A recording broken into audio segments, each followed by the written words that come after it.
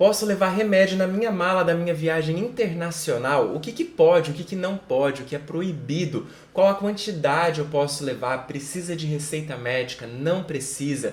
Como que eu transporto? Tipo de embalagem? Coloco na mala de mão, na mala despachada? Suplementos da galera fit, whey protein, creatina, será que eu posso levar esses suplementos? Todas essas perguntas eu vou te responder no vídeo de hoje para você saber de uma vez por todas o que você pode e o que não pode levar em relação a medicamentos. E se você está chegando aqui pela primeira vez, o meu nome é Bruno, aqui no canal eu dou dicas de planejamento de viagem, então vem comigo saber definitivamente o que pode e o que não pode levar na sua mala de viagem relacionada a remédios.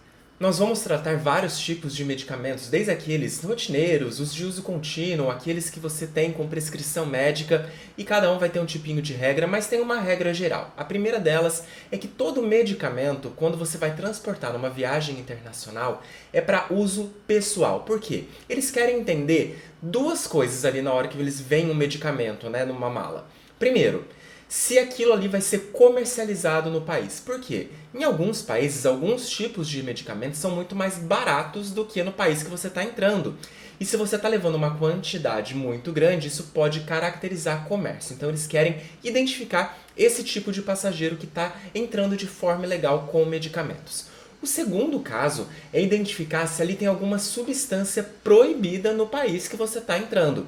Alguns medicamentos que são autorizados no Brasil são proibidos em outros países, além de substâncias ilícitas, né? E aí eu estou falando de drogas mesmo que podem ser verificadas através de testes. Então muitas vezes você pode colocar dentro de uma cápsula outro tipo de substância ali para tentar entrar ilegal com uma substância ilícita no país. Então eles querem identificar esse tipo de pessoa. Pra gente, turista, uso comum, nós não vamos ter nenhum tipo de problema desde que você tenha alguns cuidados que eu vou falar agora aqui no vídeo. O primeiro tipo de medicamento bem comum, aqueles de uso rotineiro, que são alguns analgésicos, anti-inflamatórios, podem ser transportados, até porque quando a gente vai para um país no exterior, a gente sempre leva uma farmacinha de emergência, né, para caso alguma coisa ali a gente precise. Porque, pense bem, você chega num país, num idioma que você não domina, você tem que ir numa farmácia. Muitos desses países, as farmácias não são iguais no Brasil, em que a gente tem acesso livre a certos tipos de medicamentos. Muitos países, como por exemplo na Europa, mesmo medicamentos comuns, analgésicos comuns, como uma aspirina, um paracetamol, você precisa pedir ao farmacêutico. Às vezes não precisa da receita médica, mas ainda assim você tem que ter esse contato com o farmacêutico. E quando tem a barreira do idioma, isso pode ser um dificultador. Então é sempre bom levar até recomendo, né, para os meus seguidores que levem essa farmacinha. E aí o que vai entrar nessa farmacinha? Os analgésicos inflamatórios de uso comum, que não precisam de receita no Brasil, normalmente não vão precisar de receita no exterior, que é o quê? O paracetamol, ali o princípio ativo do Tilenol, uma dipirona, o princípio ativo do Dorflex, o ibuprofeno, que é o princípio ativo do Cataflan, do Advil, uma aspirina, isso tudo tá ok, tá liberado para levar, desde que enquadre no uso pessoal. A recomendação para uso geral é você levar na própria caixa com a bula. Por quê? Caso você seja parado, o fiscal ele pode facilmente identificar do que trata aquele medicamento. Caso você não queira levar na caixa, até porque elas ocupam um volume grande, daqui a pouco eu vou até mostrar uma mala que eu vou montar para minha próxima viagem, que eu vou montar minha farmacinha com vocês, eu vou mostrar como que eu transporto esse medicamento. Então você pode levar esses mais comuns na própria cartela original. O que eu não recomendo é que você tire os comprimidos, as cápsulas da embalagem original e da cartela original e coloque em frascos soltos, porque aí vai ficar difícil do fiscal identificar caso você seja parado numa fiscalização. Então mantenha pelo menos na cartela original. Tenta colocar a bula, se não for possível, a cartela original ele vai ter o nome. Na pior das hipóteses, gente, o que pode acontecer? O fiscal desconfiar de que aquele medicamento de fato é o original e não está sendo nenhuma substância ilícita, ele vai fazer um teste daquele medicamento. Se for uma substância proibida, eles vão fazer o descarte daquele medicamento. Lembrando que se for uma substância ilícita, né, que é proibido, como drogas, por exemplo, você pode ser, inclusive, preso por tráfico internacional de drogas, tá? Agora, se é um medicamento que é proibido no país que você está indo, mas que você tem a receita médica, não tem problema, que na verdade vai entrar nos próximos tópicos.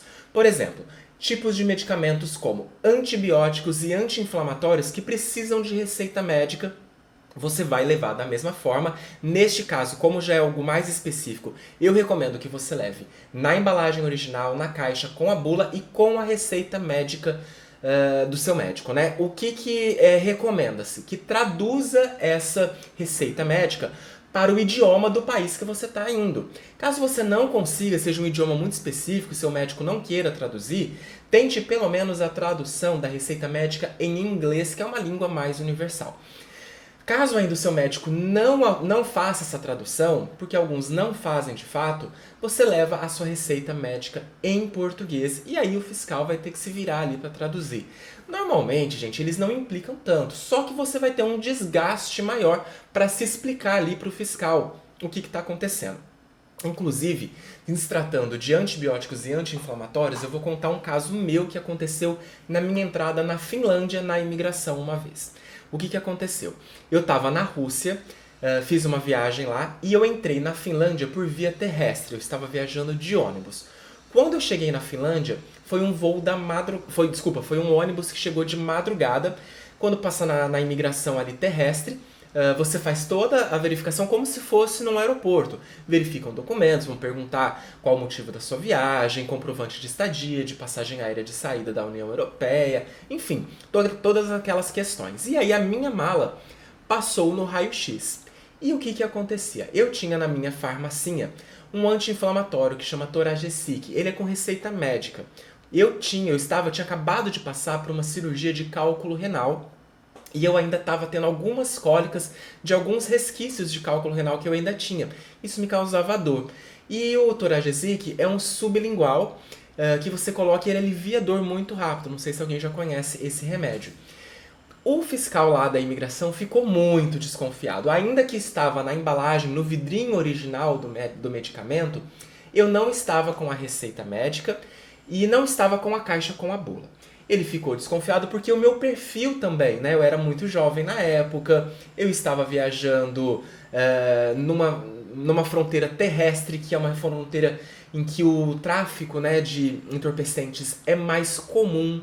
Enfim, passei por todo esse desgaste. O que aconteceu? O fiscal pegou o remédio, ele foi lá para uma área interna do escritório.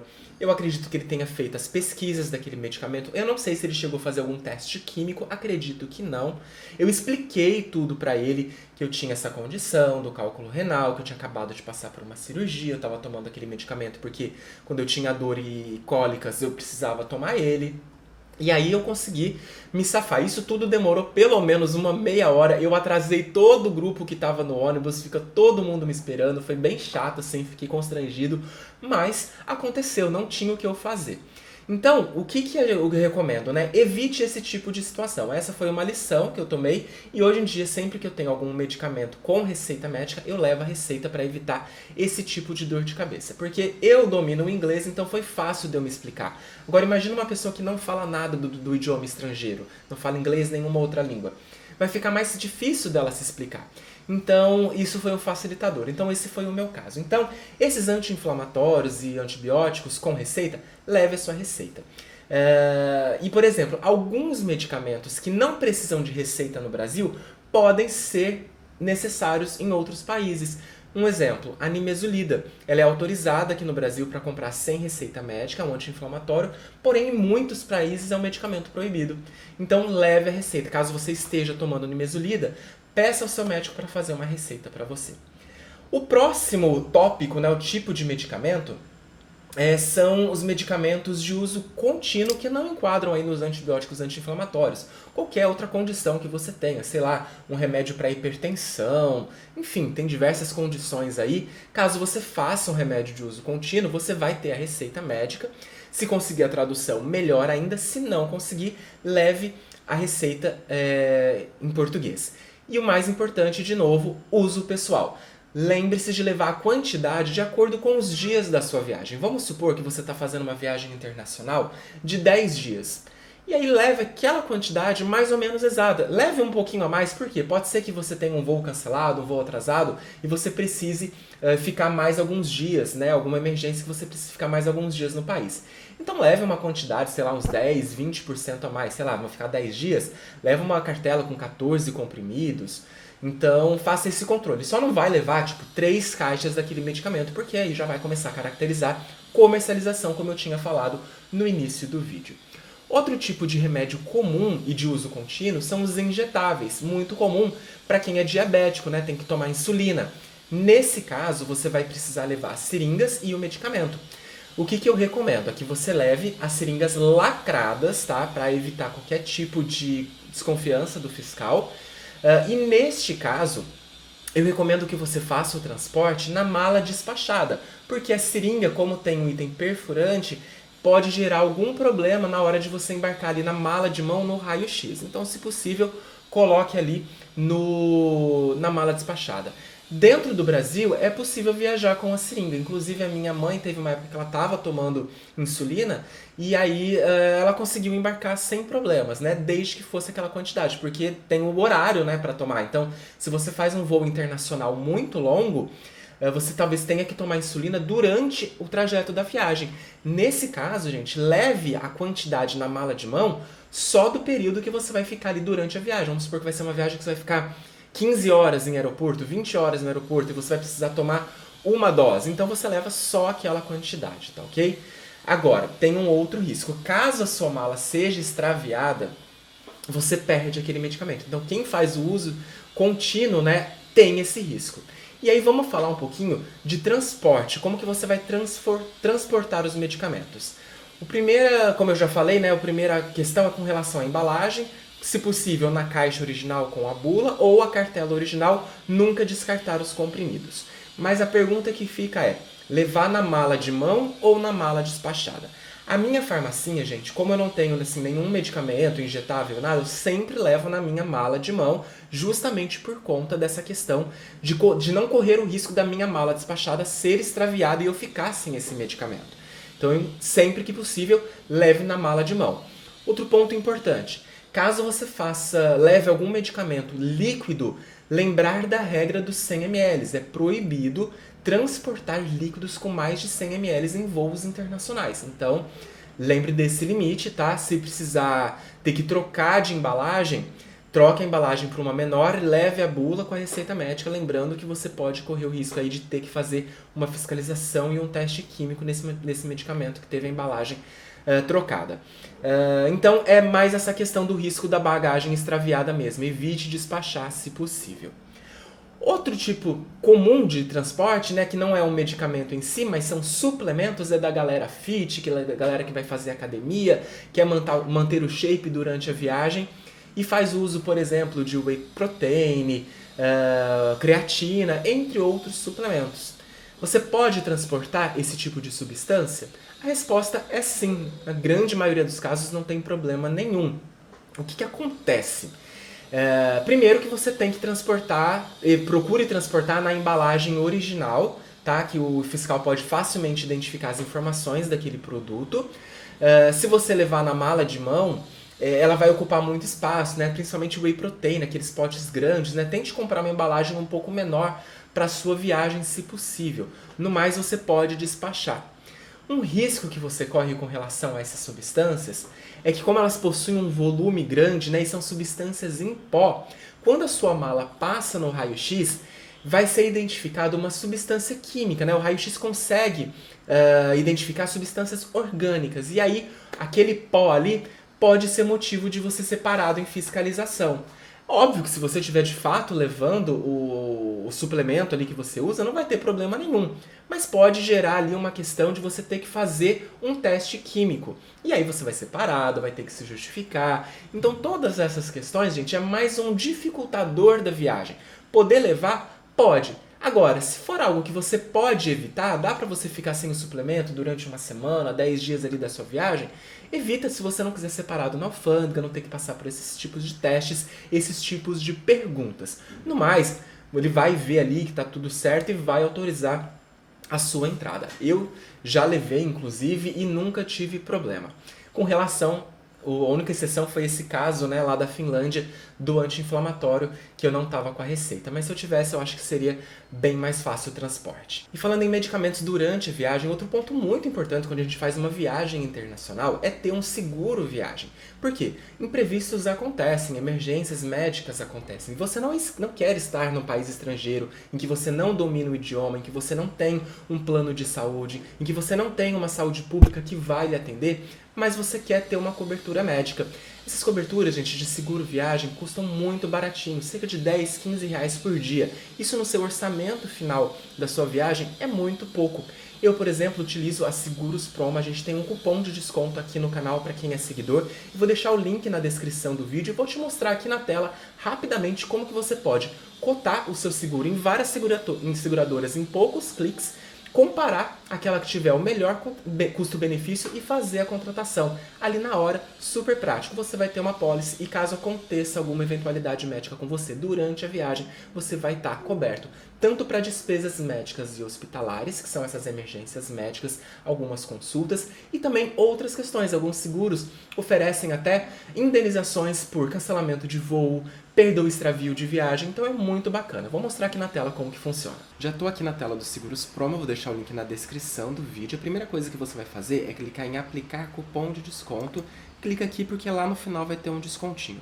Você vai preencher aqui o seu destino, de acordo com o seu destino, né, com o seu continente, Europa, América do Norte para quem vai para os Estados Unidos e Canadá, América do Sul para a galera da Argentina, Chile, Colômbia, Peru, Bolívia, enfim, coloque aqui o seu destino. Eu vou simular um para a Europa.